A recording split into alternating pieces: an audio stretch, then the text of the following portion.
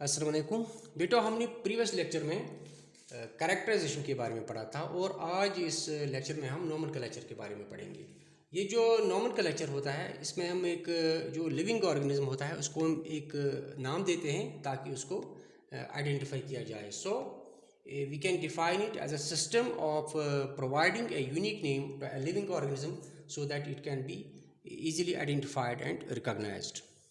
We use two methods here. एक common name होता है और दूसरा साइंटिफिक नेम।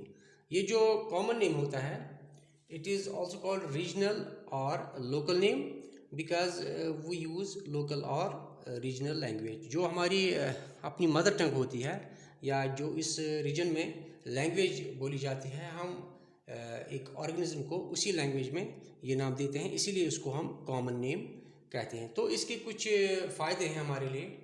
ये हमें it is easy to remember, तो इसको याद रखने में आसानी हो जाती है and it is also brief, और ये शॉर्ट भी होता है।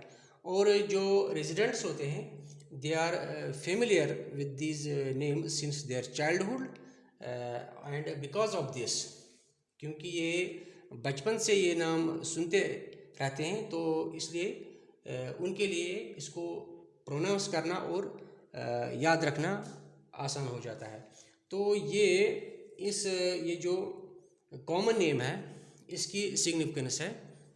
बेटा अब हम देखेंगे ये जो कॉमन नेम्स होते हैं उनकी क्या लिमिटेशंस होते हैं। इसमें बहुत सारे लिमिटेशंस हैं, जैसे different names in different languages, क्योंकि एक मुल्क में एक ही लैंग्वेज नहीं बोली जाती है, वहाँ जो डिफरेंट रीजन्स होते हैं तो डिफरेंट रीजन्स में डिफरेंट लैंग्वेजेस बोली जाती हैं। इस तरह से एक ऑर्गेनिज्म जो है उसको मुख्तलिफ नामों से पुकारा जाता है एक ही मुल्क में इन डिफरेंट रीजन्स, तो एक कन्फ्यूजन पैदा करता है। इसी तरह से कभी कभी हम देखते हैं कि एक ही लैंग्वेज में एक ही ऑर्गेनिज्म को बहुत सारी नामों से पुकारा जाता है। और एक प्रॉब्लम जो उसमें होती है कि बहुत सारे ऑर्गेनिज्म ऐसे हैं जिनका कोई कॉमन नेम नहीं है, क्योंकि उनकी इम्पोर्टेंस जो है ह्यूमन बीइंग्स के लिए कम है, इसलिए उनका कोई कॉमन नेम नहीं रखा गया है।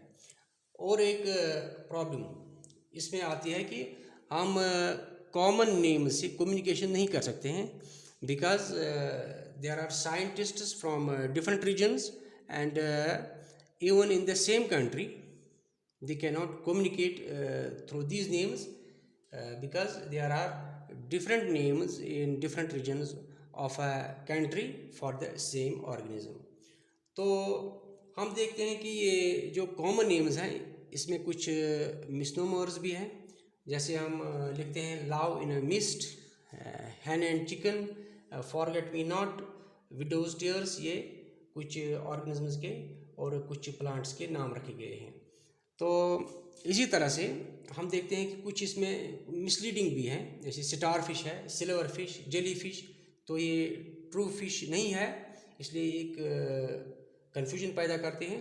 इसी तरह से हम कहते हैं कि मलबेरी, स्ट्रॉबेरी, ब्लैकबेरी, हमको पता है कि ये बेरीज ट्रू बेरीज नहीं है। कभी कभी हम देखते हैं कि हम कहते हैं कि रेंडियर मॉस, और जबकि हमें पता है कि ये एक ट्रू मॉस नहीं है। ट्रू मॉस जो होते हैं वो सिर्फ ब्रायोफाइट्स होते हैं।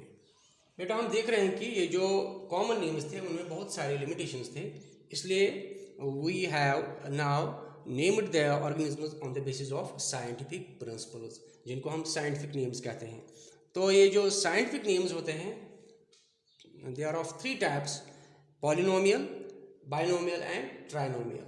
ये जो पॉलिनोमियल है it is more informative but very difficult to remember as it contains a series of terms. इसमें बहुत सारे टर्म्स हैं और इनको याद रखना बहुत मुश्किल होता है। therefore we have shifted to binomial nomenclature. as the name indicates, bi means two, तो इसमें सिर्फ क्या आते हैं, सिर्फ दो वर्ड्स आते हैं बाइनोमियल नोमेनक्लेचर में। तो एक कंसेप्ट दिया था लीनियस ने, क्योंकि उसने 3 किताबें लिखी, फिलोसफिया बॉटनिका, उसमें उसने ये जो बाइनोमियल नोमेनक्लेचर है इसके रूल्स लिखे। इसी तरह से स्पीशीज़ प्लेनेटारम, उसमें उसने 5400 जो प्लांट स्पीशीज़ है उनके नाम लिखे, और इसी तरह से और एक किताब सिस्टमा नेचर जो है उसमें उसने जो एनिमल्स थे 4326 तो उनके नाम लिखे। बेटा अब हम पढ़ेंगे जो रूल्स हैं बाइनोमियल नोमेनक्लेचर में, वो क्या है। ये जो फर्स्ट रूल है इसमें कि name should B of 2 words only, और जो पहला वर्ड है it represents genus and second word represents species.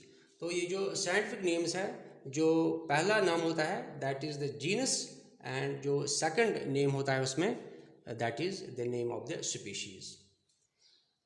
Number second rule is that only the first letter of genus should be written in capital, और ये जो genus होगा it इस first letter जो है उसको हमें कैपिटल में लिखना है।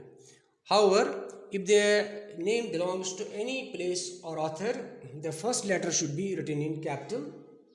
अगर ये जो स्पीशीज़ है if it belongs to any place और author के नाम पे रखा गया है इसका नाम, ये स्पीशीज़ का, तो हमें उसका जो पहला जो लेटर है उसको भी कैपिटल में लिखना पड़ेगा।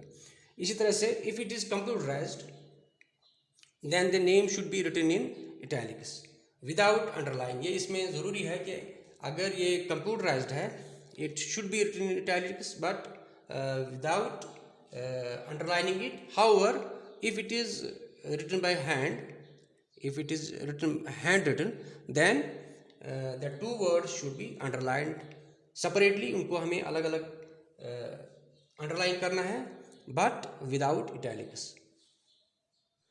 तो बेटा नंबर 4th जो रूल है इसमें कि if the genus and species term in the name are same such names are called tautonyms, और such names are allowed in zoology but not in botany. तो मैं आपको एक एग्जाम्पल से समझाऊंगा। हम रेड फॉक्स का जो साइंटिफिक नेम है दैट इज़ वुल्पिस वुल्पिस, तो ये दोनों टर्म्स सेम हैं। तो इस तरह से हम बॉटनी में नहीं कर सकते, क्योंकि अगर हम एप्पल का नाम लिखेंगे malleus malleus that is incorrect. और नंबर 5th जो रूल है कि अगर एक ऑर्गेनिज्म जो है it has been given 2 different names by 2 different authors, यानी कि 2 ऑथर अलग अलग हैं, उन्होंने उसको 2 नाम दिए हैं, तो उस सूरत में हम प्रिंसिपल ऑफ प्रायोरिटी का इस्तेमाल करके जो फर्स्ट नेम दिया गया है उसको वैलिड करार देते हैं, the name which is published first. लेकिन इसमें कुछ कंडीशंस हैं। Names of the plants published before 1753 and that of animals published before 1758 are treated as invalid. बेटा हम देखते हैं कि अगर हमें किसी ऑर्गेनिज्म को नाम देना है that the name should be provided in Greek और Latin languages only because these are dead languages, and उसी में ये कहा गया है कि if it is not possible then the name should at least be लिटनाइज्ड।